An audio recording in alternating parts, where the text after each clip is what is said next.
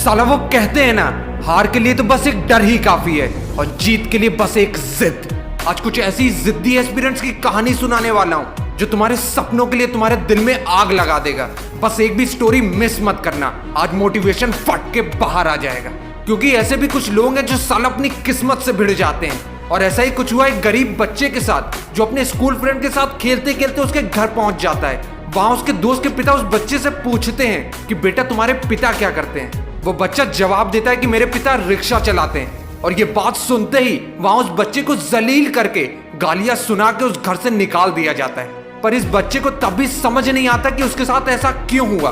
वो ये सवाल लेके अपने स्कूल के टीचर के पास जाता है तो उसकी टीचर जवाब देती है कि बेटा तुम्हारे साथ ऐसा इसलिए हुआ क्योंकि तुम्हारे परिवार का बैकग्राउंड छोटा है। फिर ये बच्चा टीचर से पूछता है अपना और अपने परिवार का बैकग्राउंड कैसे बदल सकते हैं। इस बात पे टीचर जवाब देते हैं कि बेटा जब तुम बड़े आदमी बन जाओगे या कोई बड़ा एग्जाम क्लियर कर लोगे जैसे IAS तो तुम्हारा बैकग्राउंड चेंज हो जाएगा।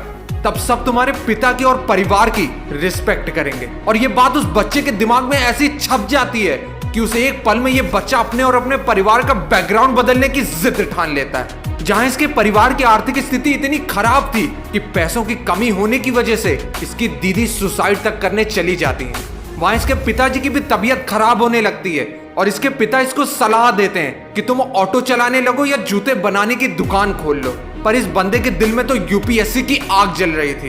ये बंदा उधार लेके दिल्ली चला जाता है। वहां ट्यूशन पढ़ा के किसी तरह रहने का और एक टाइम खाने का खर्चा निकालता है और UPSC की पढ़ाई में दिन रात एक कर देता है। और इस बंदे की जिद पागलपन में तब बदल जाती है जब एग्जाम के पहले 72 घंटे लगातार पढ़ाई कर डालता है, जहां खाना और पानी पीना तक भूल जाता है। और खाना और पानी ना पीने की वजह से इस बंदे की अंतड़ियां चिपक जाती हैं। उस हालात में भी ये बंदा एग्जाम देता है और इंटरव्यू में जब इस बंदे से सवाल पूछा जाता है कि आप तो अभी 22 साल के हैं, अगर आपका सिलेक्शन नहीं होता है तो अभी भी आपके पास बहुत मौके हैं। वहां ये बंदा जवाब देता है कि सर कार चलाते वक्त मुझे हॉस्पिटल का एड्रेस लेके चलने की आदत नहीं। और ये जिद ही थी इस बंदे की कि 48वीं रैंक लाके ये बंदा IAS गोविंद जायसवाल बन जाता है। 10 साल की जिद और एक पल में ये बंदा अपने और अपने परिवार का बैकग्राउंड ऐसा बदलता है कि जहां साला पड़ोसी तक नहीं पूछता था, 1 घंटे में इस बंदे के घर पे रिश्तेदारों से लेके नेताओं की भीड़ लग जाती है।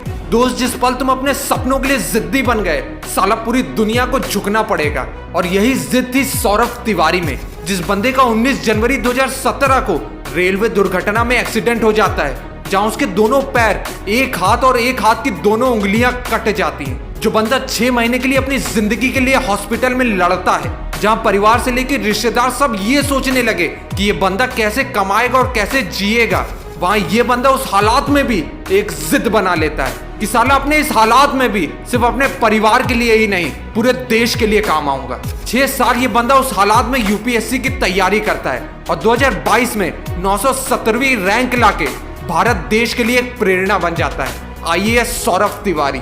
दोस्त, नियत हो तो नियति भी सलाम करती है।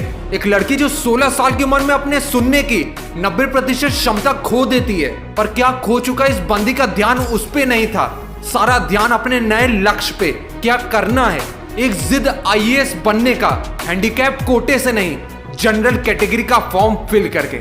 जहां मेंस का एग्जाम देते वक्त इस बंदी को 103 डिग्री का बुखार आ जाता है और बात बेहोशी तक पहुंच जाती है। उस हालात में भी चॉकलेट खा के एग्जाम दिया। साला ये जिद नहीं तो क्या है। और ये बंदी ऑल इंडिया रैंक 9 लाके IAS सौम्या शर्मा बन जाती है। दोस्त, याद रखना, अगर आप हार नहीं मानते तो जिद आपको सफल बना के छोड़ेगा।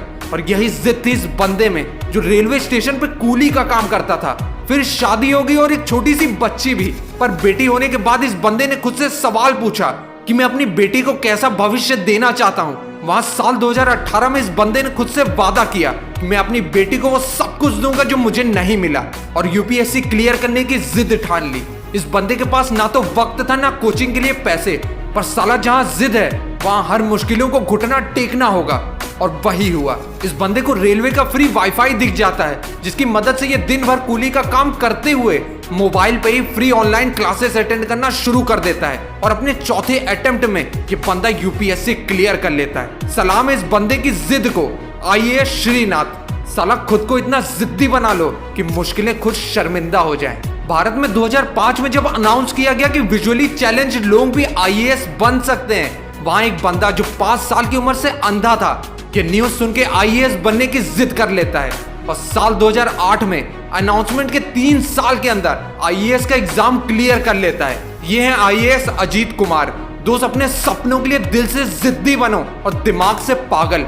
जो चाहिए साला किसी हाल में चाहिए। इतनी मुश्किलों के बावजूद जब ये सब कर सकते हैं तो दोस्त तू क्यों नहीं? चल उठ, बन जिद्दी और फोड़ दे आज से, क्योंकि तू टूटेगा नहीं, तोड़ेगा। जय हिंद, जय भारत।